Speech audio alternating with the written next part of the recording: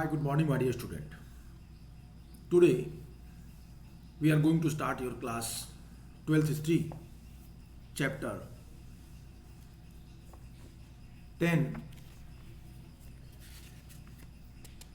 colonialism and countryside. Colonialism and countryside.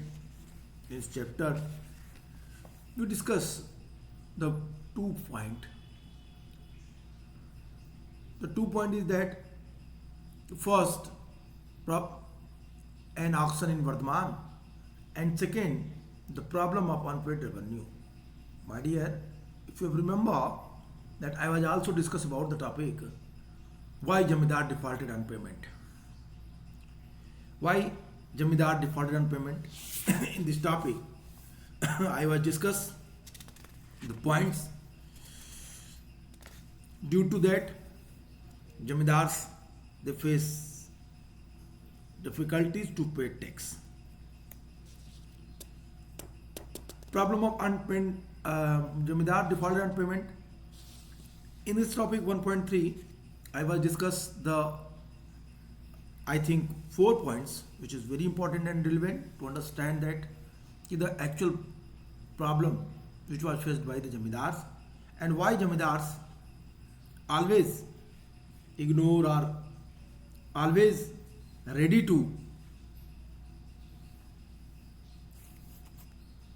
Auction their zamindari अपनी जमींदारी को नीलामी करने के लिए वो हमेशा क्या क्यों तैयार रहते थे because as I told you कि वो अपनी जमींदारी खुद न ले करके अपने किसी एजेंट या अपने किसी नौकर या किसी के हाथ से वो करा लेते थे। तो यहाँ पे जो जमींदारी ट्रांसफ़र हो रही थी या जमींदारी एक से दूसरे हाथ में जा रही थी वो चीज़ें कहीं ना कहीं जमींदारों के फेवर में थी, ब्रिटिशर्स के अगेंस्ट थी, क्योंकि उन्हें कम कीमत पे फिर से अपनी जमींदारी प्राप्त हो जाती थी और मालिकाना हक उनका बना ही रहता था इनडायरेक्टली, इसलिए उन्होंने ऐसा करते थे। आइए 1.3 को एक बार समझते हैं। Why zamindar defaulted on payment. Company officials felt that the fixed revenue demand would give zamindar a sense of security and assured to return on their investment, encourage them to improve their state in early decades after the permanent settlements. However, Jamidars regularly failed to pay the revenue demand and unpaid balance accumulated. The reasons for the failure were various. कई सारे regions थे। पहला reason था उसमें failure होने के, जैसे company के अधिकारियों को सोचना था कि राजस्व की मांग निर्धारित किए जाने से जमींदारों में सुरक्षा का भाव उत्पन्न होगा और वे अपने निवेश पर प्रतिफल प्राप्ति की आशा से प्रेरित होकर अपने जमीन पे अपनी प्रॉपर्टी में सुधार करेंगे, अपने खेतों में सुधार करेंगे और वो इसके लिए प्रोत्साहित होंगे। किंतु परमानेंट सेटलमेंट्स के बाद कुछ प्रारंभिक डिकेड्स में जमींदार अपनी राजस्व मांग को अदा करने में बराबर कोताही करते रहे, जिसके परिणाम स्वरूप राजस्व की बकाया रकम बढ़ती गई और जमींदारों को इस असफलता के कई कारण थे। क्योंकि रेवेन्यू रेट क्यों बढ़ रही थी उसके पीछे के रीजंस थे। पहला कारण था प्रारंभिक मांग जो थी बहुत ऊंची थी, क्योंकि ऐसा महसूस किया गया था यदि मांग को आने वाले संपूर्ण समय के लिए, फ्यूचर के लिए निर्धारित किया जा रहा है तो आगे चलकर कीमतों में बढ़ोतरी होने और खेती का विस्तार होने से आय में वृद्धि हो जाने पर भी कंपनी उस वृद्धि में अपने हिस्से का दावा कभी नहीं कर सकेगी। अतः कंपनी ये जानबूझकर डिमांड ऊंची रख रही थी कि भविष्य में यदि अनाजों की कीमत बढ़ भी जाए तो कंपनी को ज़्यादा नुकसान न हो। कंपनी ने राजस्व मांग को ऊंचे स्तर पर रखा और उसके लिए एक दलील दी कि ज्यों ज्यों कृषि के उत्पादन में वृद्धि होती जाएगी और कीमत बढ़ती जाएगी, जमींदारों का बोझ धीरे धीरे कम होता जाएगा। दूसरा, यह ऊंची मांग 1790 की डिकेड्स में लागू की गई थी, जब कृषि की उपज की कीमतें बहुत ही कम थी। जिसमें किसानों के लिए जमींदारों को उनकी देय राशियां चुकाना मुश्किल था, और जब जमींदार स्वयं किसानों से राजस्व इकट्ठा नहीं कर सकता था तो वह आगे कंपनी को अपने निर्धारित राजस्व राशि कैसे अदा कर सकता था। जब किसान ही जमींदार को पूरे पैसे नहीं दे पाएगा तो जमींदार कैसे वो पैसा ब्रिटिश खजाने में जमा करेगा। अब प्रॉब्लम यहीं बढ़ रही थी कि वस्तुओं की कीमत ज़्यादा थी, अनाज की कीमत कम थी। अनाज की कीमत कम होने के कारण जब पूरा ले भी ले तो भी जमींदार अपनी रेवेन्यू जो ऊंची रेट की थी वो जमा नहीं कर पाता था। थर्ड प्रॉब्लम थी जमींदारों के सामने कि जो रेवेन्यू का जो डिस्ट्रीब्यूशंस था वो बराबर नहीं था। Third point is that which is very important, we have to discuss third point. Second point, I have already informed you that this high demand was imposed in 1790s, the time when the price agricultural produce were depressed, making it difficult for the rayats to pay their dues to the jamidars. If the jamidars could not collect the rent, how could he pay the company? Third problem is that the revenue was invariable regardless of the harvest and had to be paid punctually. In fact, according to the sunset law, if payment did not come in by sunset of the specified date, the jamidar was liable to be auctioned. My dear, third कहता है कि राजस्व की जो rate थी वो असमान थी। अच्छी फसल हो या फसल खराब हो, रेवेन्यू उतना ही देना पड़ता था। और उसमें सनसेट लॉ जो सूर्यास्त विधि कानून था उसके अनुसार भी निश्चित तारीख को सूर्यास्त होने तक भुगतान नहीं आता था तो जमींदार को नीलाम किया जा सकता था। चौथी प्रॉब्लम थी इस्तेमारी बंदोबस्त या परमानेंट सेटलमेंट्स या जमींदारी व्यवस्था। इस इस्तेमारी बंदोबस्त या परमानेंट सेटलमेंट में जमींदार की शक्ति को रैयत से राजस्व इकट्ठा करने और अपनी जमींदारी का प्रबंध करने तक ही सीमित कर दिया गया। कहने का तात्पर्य यह है कि पहले जमींदारों के पास कुछ स्पेसिफिक राइट्स थे जो कि अब कम कर दिए गए। क्या कम किए गए? अगर आप इस टॉपिक को पढ़ें तो क्लियर हो जाएगा। कहता है the company had recognised the zamindar as important but wanted to control the regulations them, they regulate them, subdue their authority and restrict their autonomy. The zamindars troops were disbanded, customs duties abolished, and their kacharis brought under the supervision of collector appointed by the company. Jamidars lost their power to organize local justice and the local police. Over time, the collectorate emerged as an alternative center of the authority, severely restricting what the jamidar could do. In one case, when the Rajas failed to pay the revenue, a company officer was speedily dispatched to his jamidari with explicit instructions to take charge of the district and to use the most effectual means to destroy all the influence and authority to the Raja and his officers. I hope आप मेरी बात समझ रहे होंगे। Company जमींदारों को पूरा महत्व तो देती थी पर उन्हें कंट्रोल भी करती थी। उन्हें विनियमित करना, उनकी सत्ता को अपने वश में रखना और उनकी ऑटोनॉमी को सीमित करना भी कंपनी चाहती थी। इसका रिजल्ट क्या हुआ?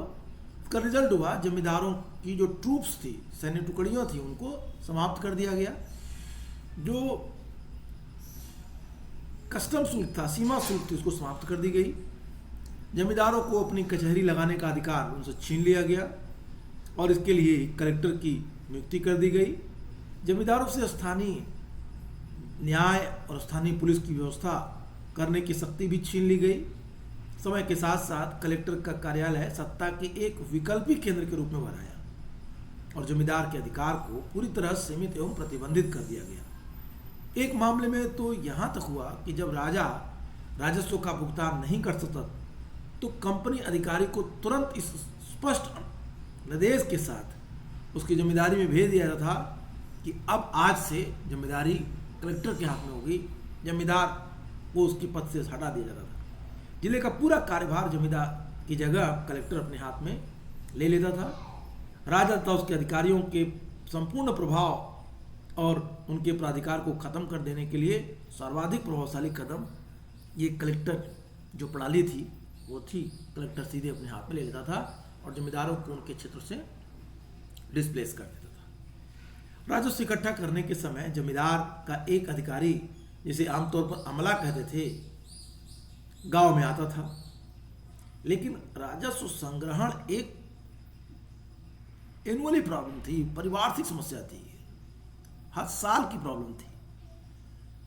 लेकिन राजस्व की जो प्रॉब्लम थी ये एक जेन्युइन प्रॉब्लम थी। कभी कभी तो खराब फसल और नीची कीमतों के कारण किसानों के लिए अपनी देय राशियों का भुगतान करना बहुत कठिन हो जाता था, और कभी कभी ऐसा भी होता था कि रैयत जानबूझकर भुगतान में देरी कर देते थे। धनवान रैयत और गांव के मुखिया, जोतदार और मंडल जमींदार को परेशानी में देखकर बहुत खुश होते थे, क्योंकि जमींदार आसानी से उन पर अपनी ताकतों का प्रयोग नहीं कर सकता था, क्योंकि उसके पास अपने ट्रिप्स नहीं थी, उसके पास उसके राइट्स उससे छीन लिए गए थे। इसलिए जमींदार चाह के भी अब उनसे अपने अधिकारों का प्रयोग उनके ऊपर नहीं कर सकता था।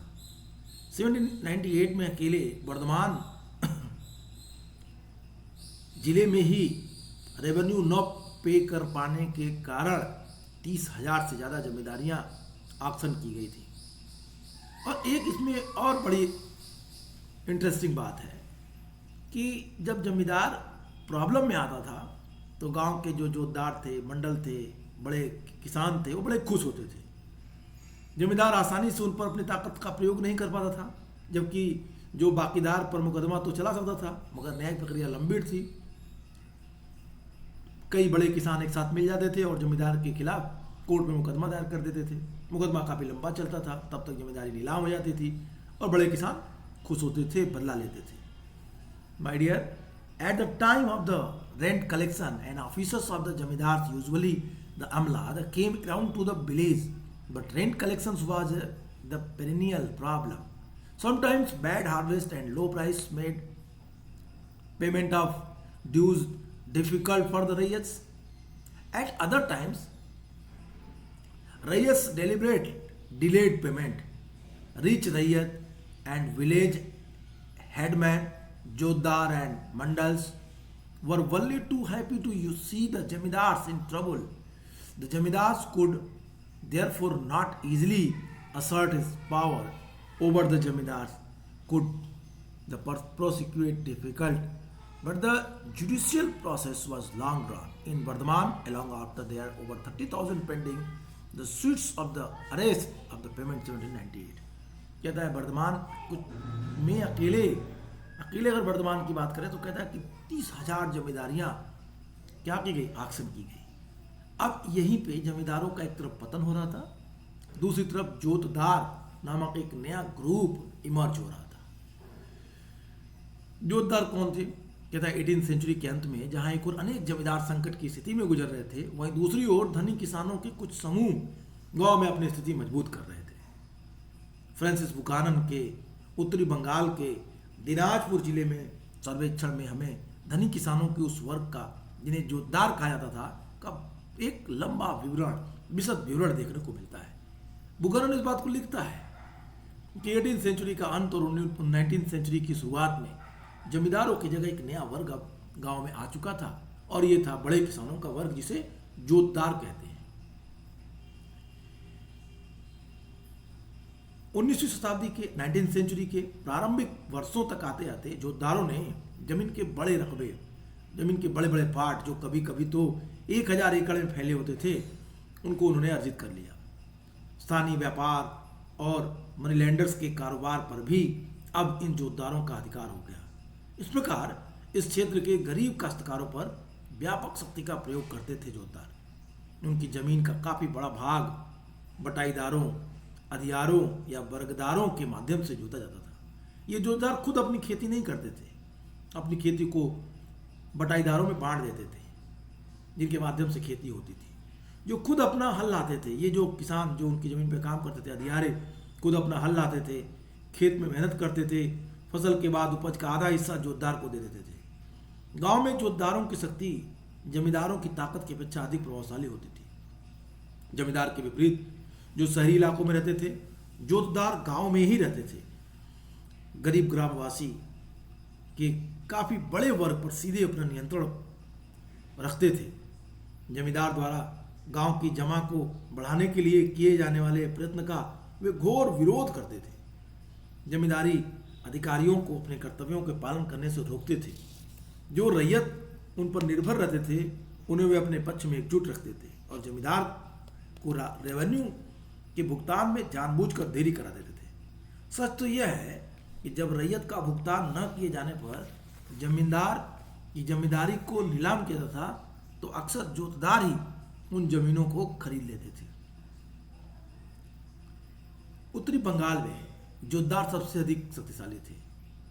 हालांकि धनी किसान और गांव के मुखिया लोग भी बंगाल के अन्य भागों के देहाती इलाकों में प्रभावशाली बनकर उभर रहे थे। कुछ जगह पर इन्हें हवलदार कहा जाता था। याद रखिएगा, कहता है कि उत्तरी बंगाल में जोतदार सबसे अधिक प्रभावशाली थे। हालांकि धनी किसान और गांव के मुखिया लोग भी बंगाल के अन्य भागों में प्रभावशाली बन रहे थे। उनका उभार हो रहा था, वो इमर्ज हो रहे थे। कुछ जगहों पे ऐसे ताकतवर लोगों को, ऐसे मजबूत किसानों को हवलदार कहा जाता और कुछ अन्य स्थानों पे घाटीदार या मंडल कहते थे। इनके उदय से जमींदारों के अधिकार का कमजोर पड़ना अवश्य संभावित था। जमींदारों की जिम्मेदारी धीरे धीरे कमजोर होती गई। बुक में 10.5 एक मैप दिया हुआ, एक चार्ट दिया हुआ। अगर आप इस चार्ट को देखें, आपके पास एक चार्ट है। इस चार्ट को अगर आप देखें तो यहाँ पे आपको क्लियर दिखेगा। कंपनी, जमींदार, जोतदार, रैयत, अंडर रैयत एंड अंडर रैयत। आप देखिए, इस चार्ट को देख के समझिए। सबसे ऊपर टॉप पे कंपनी है, उसके नीचे जमींदार है, जमींदार के नीचे जोतदार है। जोतदार और रैयत को एक एरो से दिखाया है, क्योंकि जो रैयत है, बड़े रैयत को ही जोतदार कहते थे। ये मनी लैंडर भी होते थे। ऐसे बड़े रैयतों के अंडर में अंडर रैयत भी होते थे और ये लोग खेती करते थे। तो ये एक प्रोसीजर था, ये एक प्रोसेस था।